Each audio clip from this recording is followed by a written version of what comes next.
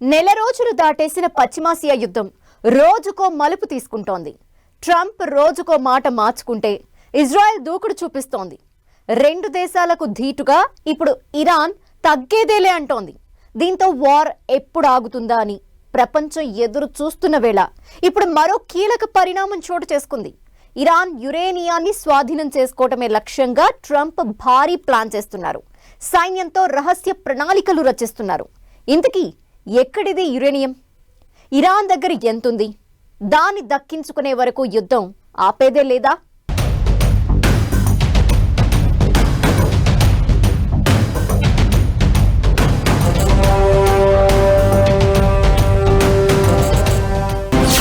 Iran uranium target చేసిన Trump uranium స్వాధీనం చేసుకునేందుకు ప్లాన్, వేలాది మంది సైనికులతో రహస్య ప్రణాళిక. పశ్చిమాసియా యుద్ధం ముదరబోతోందా? ఇరాన్ దగ్గర 450 కిలోల యురేనియం. అసలు ఈ యురేనియాన్ని ఇరాన్ ఎక్కడ దాచింది? అమెరికా ఆపరేషన్ ఎలా ఉండబోతోంది? యురేనియం దక్కే వరకు యుద్ధం ఆగదా?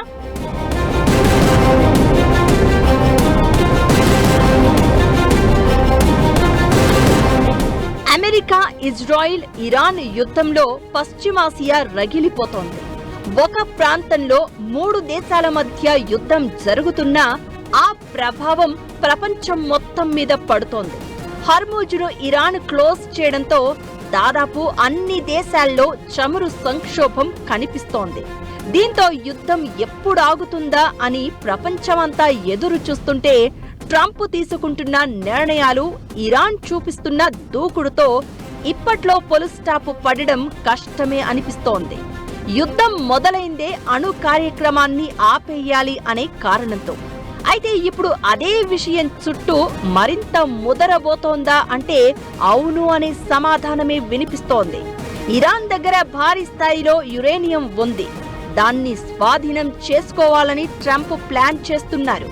అది చేతికి చిక్కితే తప్ప యుద్ధం ఆపేది లేదు అన్నట్లుగా కనిపిస్తున్నారు. ఇరాన్ దగ్గర ఉన్న 450 కిలోల యురేనియంపై కన్నేసిన ట్రంప్ దాన్ని స్వాధీనం చేసుకునేందుకు ప్రయత్నిస్తూ ఉండగా దీనికి సంబంధించిన ప్లాన్ను అధ్యక్షుడి చేతికి సైన్యం ఇచ్చినట్లు తెలుస్తోంది. ఇరాన్ దగ్గర ఉన్న యురేనియంను తరలించడం చాలా కష్టమైన ప్రక్రియ. దీనికోసం ప్రత్యేకంగా రన్వేని నిర్మించాల్సిన అవసరం ఉందని ట్రంప్తో అమెరికా మిలిటరీ చెప్పినట్లు సమాచారం. ఇలాంటి ఆపరేషన్ అమలు చేయడానికి కనీసం కొన్ని వారాల సమయం పట్టే అవకాశం ఉందని, మధ్యలో సైనిక ఘర్షణలు చోటు చేసుకునే ప్రమాదం కూడా ఉందనే వాదనలు వినిపిస్తున్నాయి.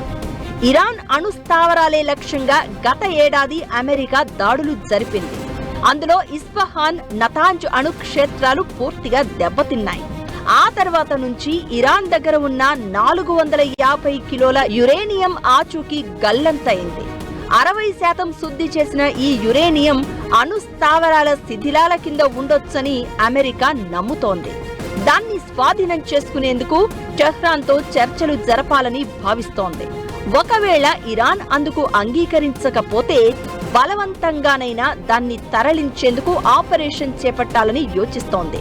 దీనికోసం అమెరికా ఓ మిలిటరీ ప్లాన్ సిద్ధం చేసినట్లు తెలుస్తోంది. ఇరాన్ దగ్గర నిల్వలో ఉన్న సుమారు 450 కిలోల అధిక శుద్ధి యురేనియం చుట్టూ అంతర్జాతీయ రాజకీయాలు ఇప్పుడు ఉద్రిక్తతకు దారితీస్తున్నాయి.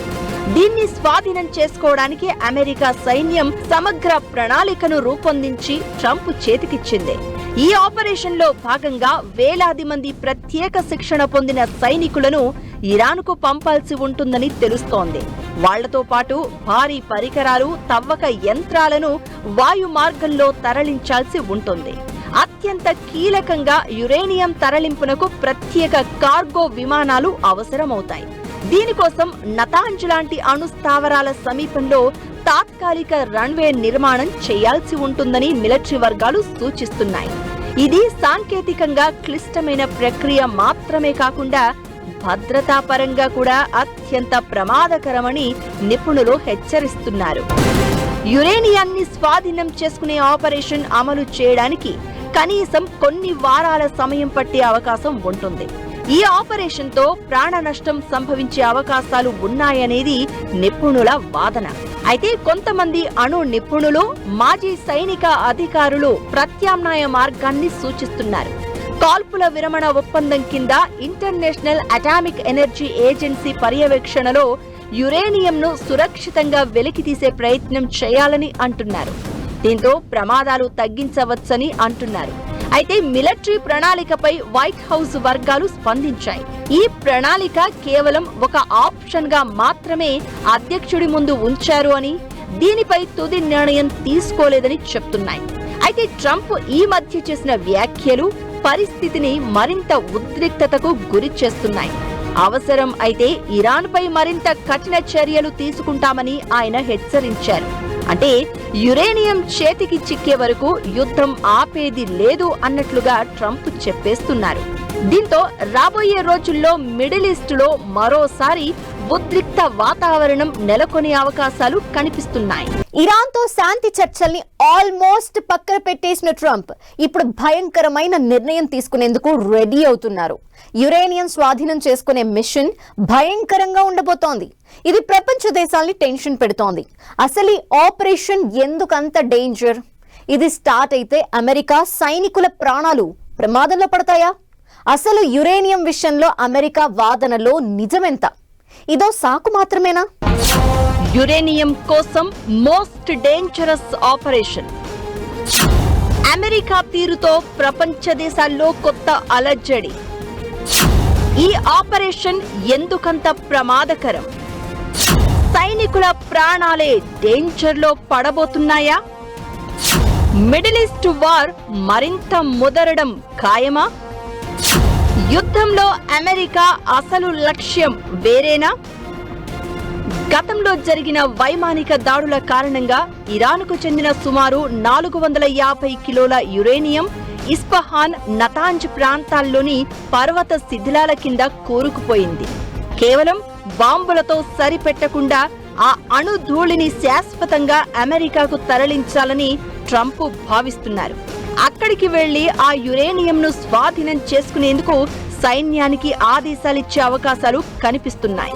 ఈ మిషన్ చెప్పుకోవడానికి బాగానే ఉన్నా చెయ్యాలంటే మాత్రం ఇది అమెరికా సైనికులకు ప్రాణాలకే ప్రమాదం ఉందనే హెచ్చరికలు వినిపిస్తున్నాయి. ఏ మాత్రం అటు ఇటు అయినా వేల మంది అమెరికన్ సైనికులు చనిపోయే ప్రమాదం ఉందంటున్నారు. 60% పైగా ప్యూరిఫికేషన్ చేసిన యురేనియం తరలించేటప్పుడు చిన్న పొరపాటు జరిగినా అది ప్రాణాంతకమైన గామా కిరణాలను విడుదల చేస్తుంది. ఇది సెకండ్ల వ్యవధిలోనే సైనికుల ప్రాణాలను తీస్తుందని అంటున్నారు.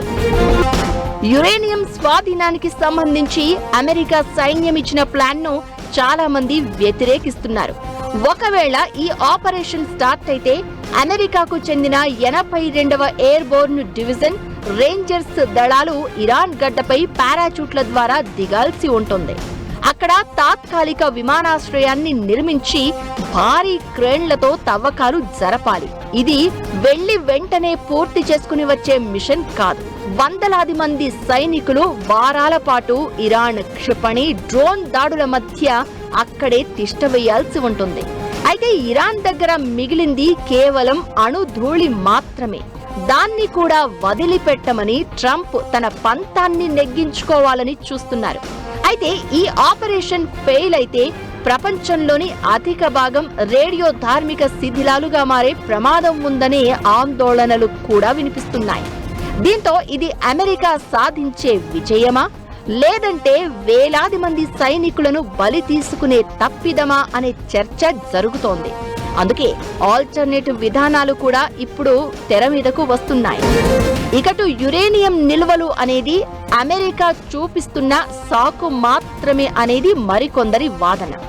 ఇరాన్లో మౌలిక సదుపాయాలను నేలమట్టం చేసి గుప్పిట్లో పెట్టుకునే ఎత్తుగడలో భాగంగానే ఈ యుద్ధానికి తెర లేపిందని, ఇప్పుడు మళ్లీ యురేనియం పేరుతో కొత్త ప్రయత్నాలు మొదలు పెట్టిందనే చర్చ జరుగుతోంది.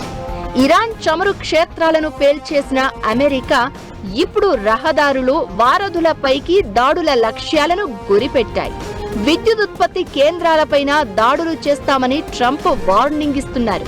ఏప్రిల్ 2న ఇరాన్లోని కరచ్ నగరంలోని ఎత్తైన వంతెనను అమెరికా సైన్యం కూల్చేసిన తర్వాత ఆ వీడియోను షేర్ చేసిన ట్రంప్ ఇరాన్లో ఇంకా చాలా జరగబోతోందని వార్నింగ్ ఇచ్చారు. ఇలాంటి టైంలో యురేనియం స్వాధీనం ఆపరేషన్ వ్యవహారం తెర మీదకు వచ్చింది. దీంతో యుద్ధం రాబోయే రోజుల్లో మరింత ముదరడం ఖాయం అన్నట్లు కనిపిస్తోంది. శాంతియుత ప్రయోజనాలకు, పౌర విద్యుత్ అవసరాలకు మాత్రమే అణు ఇంధన శుద్ధి సామర్థ్యాన్ని సమకూర్చుకుంటున్నామని ఇరాన్ మొదటి నుంచి చెప్తోంది. అయితే ఈ ముసుగులో ఆ దేశం అణ్వస్త్ర తయారీకి కావలసిన యురేనియంను సిద్ధం చేస్తోందని ఆరోపిస్తూ ఇజ్రాయెల్తో కలిసి అమెరికా దాడికి దిగింది. అయితే అమెరికా అసలు లక్ష్యం వేరు అనే వాదన వినిపిస్తోంది. ప్రపంచ ఆర్థిక వ్యవస్థకు పశ్చిమాసియాలోని చమురు నిల్వలే కీలకం. వాటిని తమ గుప్పిట్లోకి తీసుకోవాలని అమెరికా లక్ష్యంగా పెట్టుకున్నా దానికి ఇరాన్ నుంచి ప్రతిఘటన ఎదురవుతోంది. దీంతో చమురు నిల్వలపై నియంత్రణ సాధించడం ద్వారా చైనా, ఇండియా, ఆగ్నేయాసియా, యూరప్ లాంటి ఆయిల్ ఆధారిత ఆర్థిక వ్యవస్థలను అదుపు చేసి ప్రపంచ ఆధిపత్యాన్ని నిలబెట్టుకోవాలని అమెరికా ఆశిస్తోంది. నిజానికి అణ్వాయుధాలను తయారు చేయబోమని ఇరాన్ మొదటి నుంచి చెప్తూనే ఉంది. JCPOA ఒప్పందంపై సంతకం చేసింది కూడా. అయితే 2018లో ట్రంప్ దీని నుంచి వైదొలిగి గతంలో కన్నా కఠినమైన ఆంక్షలు విధించారు. ఇరాన్ను ఎలాగైనా గుప్పిట్లోకి తీసుకోవాలని వ్యూహాలు మొదలుపెట్టారు. ఇప్పుడు యురేనియం స్వాధీనం వెనక కూడా ప్లాన్ అదే అనేది మరికొందరి వాదన.